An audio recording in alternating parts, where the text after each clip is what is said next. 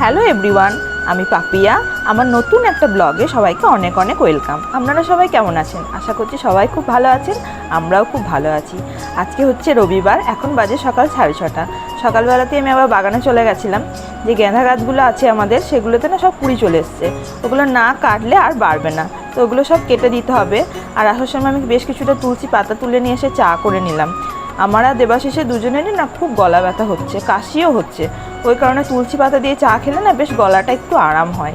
আর এরপর তার বসার আজকে সময় পাবো না, আজকে দিনটা না খুব ব্যস্ত থাকবো। আজকে আছে মেয়ের একটা ভিডিও শ্যুট, তো সেই কারণে দেবাশিস আমাকে দুজনকেই কাজ করতে হবে। দুজন একসাথে কাজ না করলে পেরে উঠবো না। এখন বাজে 7:20, তো মেয়ে এখনও ঘুম থেকে ওঠেনি। আর এদিকে কাজের দিদিও চলে এসছে, তো কাজের দিদি নিজের কাজটা নিজে নিজেই করে নেয়, আমাকে কিছু একটা দেখতে হয় না। এদিকে সোফাটাকে না আমি সোফা থেকে হাফ বেড করে নিয়েছি, যেহেতু আজকে 15-20 দিন দেবাশিস বাইরে ঘুমোচ্ছে। ও বেডরুমে শোয় না, বেডরুমে তো এসি চলে, তো এসিতে শুলে ওর আরও কাশি হয়। এখানে মেয়ের শাড়িটা, এই শাড়িটা পরে মেয়ের আজকে ভিডিও শ্যুট হবে।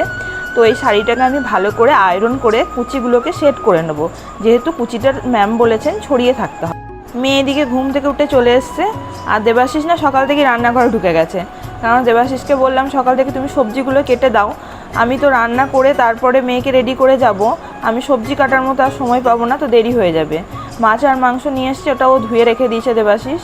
এদিকে একটু চা বসেছি, দেবাশিসের এখনও গলায় ব্যথা করছে। মেয়েকে বললাম একটু হ্যান্ড রাইটিং করে নিতে, সারাদিন তার পড়ার সময় পাবে না। সন্ধ্যাবেলা যদি শরীর ভালো না লাগে তখন তার পড়তে বসবে না। এখন বাজছে 8:45, আমি এদিকে স্নান করে চলে এসেছি। তা একবারে আমি চুড়িদার পরে নিয়েছি, চুল টুল আঁচড়ে রেডি হয়ে নিচ্ছি। এরপর রান্না করব, তারপর মেয়েকে রেডি করব। তাহলে বলুন তো আমি আর কখন রেডি হব? আমি আর সময়ই পাবো না। রান্নাঘরে এই যে দেবাশিস সব সবজিগুলো কেটে ধুয়ে রেখেছে। পই কচুর তরকারি হবে, ওল সেদ্ধ, এটা চিকেনের আলু। আর এখানে শসা কুচিয়েছে, এটা মুড়িতে খাবে। আর পেঁয়াজ, চিকেনের জোগাড়টাও করে নিয়েছে।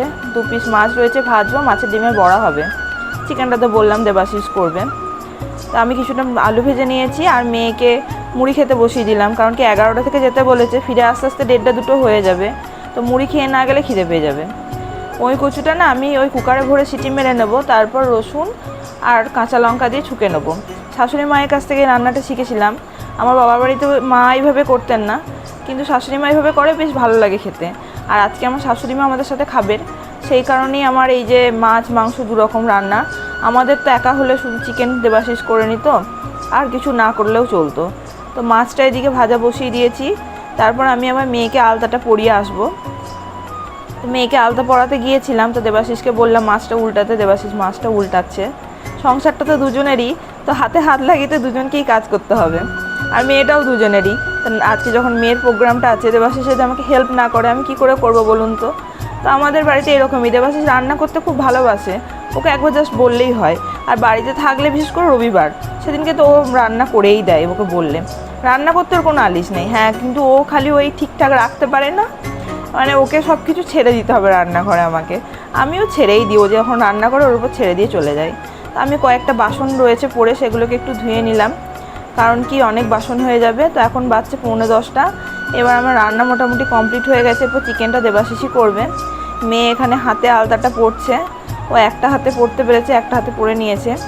তো বাকি একটা হাতে আমি পরে পরিয়ে দেবো। তো প্রথমে চুলটা করে নিই। চুলটা মুখে পড়ে থাকলে না মেকআপটা কিছু দিয়ে করা যাবে না, ছোটো ছোটো চুল তো মুখেই পড়ে থাকবে। তো পিছন দিকে চুলটা প্রথম বেঁধে নিয়েছি। এরপর সামনের চুলগুলো রোল রোল করে গুটিয়ে পিছন দিকে গুটিয়ে নিয়ে গিয়ে ক্লিপ দিয়ে লাগাতে হবে। ওর ম্যাম বুঝিয়ে বলে দিয়েছে চুলটা কীভাবে করতে হবে, যাতে প্রত্যেকটা বাচ্চারই একই রকম হয়। তো আমার সামনে হেয়ারস্টাইলটা হয়ে গেছে, এবার পিছনে বানটা করে নিচ্ছি। বানটা হয়ে গেলে আবার যে কেনা বেনুনিগুলো পাওয়া যায় সেটাও লাগাতে হবে। তো পিছনে বান কমপ্লিট, আর আমি চুলের যে কেনা বেনুনি সেটাও লাগিয়ে নিয়েছি। এবার একটা নেট লাগিয়ে দিয়ে পিন দিয়ে চুলটাকে সিকিউর করে দেবো, নাহলে হাওয়া দিলে চুলটা আবার উড়ে যাবে। তো এই যে গাজরাটা লাগিয়ে দিলাম, চুলটা একদম কমপ্লিট। আর এইগুলো দিয়ে ওকে মেকআপ করব। আমি প্রফেশনাল মেকআপে কোনো জিনিসই ইউজ করি না, ছোট বাচ্চা মুখে কি বেরিয়ে যাবে। আর তারপর যা গরম, আমরা এত ঘামছি তো ওরাও ঘামবে। তো এই যে এই চুড়িগুলো পরতে হবে, সব এই গয়নাগুলোই পরবে। তো এখানে এই নাকেরটা পরতে হবে, জানি না কীভাবে পরে থাকবে, ও আবার অস্বস্তি করে এটা পরে। একটা কানের রয়েছে, আর একটা দাঁড়ান খুঁজি কোথায় রয়েছে। এত এই সব নাচের গয়না এর মধ্যে ঢুকে গেছে, এই যে পাওয়া গেছে। তো চলুন এবার রেডি করে নিই, বেশি দেরি করে লাভ নাই, এমনি অনেকটা দেরি হয়ে গেছে, এখন 10:30 প্রায় বেজে গেছে। তো ওর বাবাকে বললাম আর একটা হাতে আলতাটা পরিয়ে দিতে, কারণ আমি আর সময় পাবো না। তো ওর মুখে ক্রিমটা আমি লাগিয়ে নিয়েছি, পন্স ক্রিমটা লাগিয়ে এই যে এইচডি পাউডার এটা আমি একটু লাগিয়ে নিচ্ছি। এবার একটা সেটিং স্প্রে আছে, ওটা আমি দিয়ে দেবো। তো ওর মেকআপ পুরো কমপ্লিট হয়ে গেছে, বললাম দেরি হয়ে গেছে আর ভিডিও করার সময় পাইনি। তো গয়নাগুলোও পরিয়ে নিয়েছি।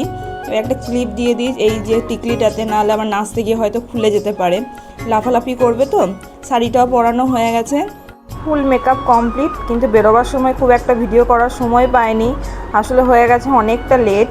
তো আমাদেরকে যেতে বলেছিল 11টায়, আর এখন বাজছে 11:30।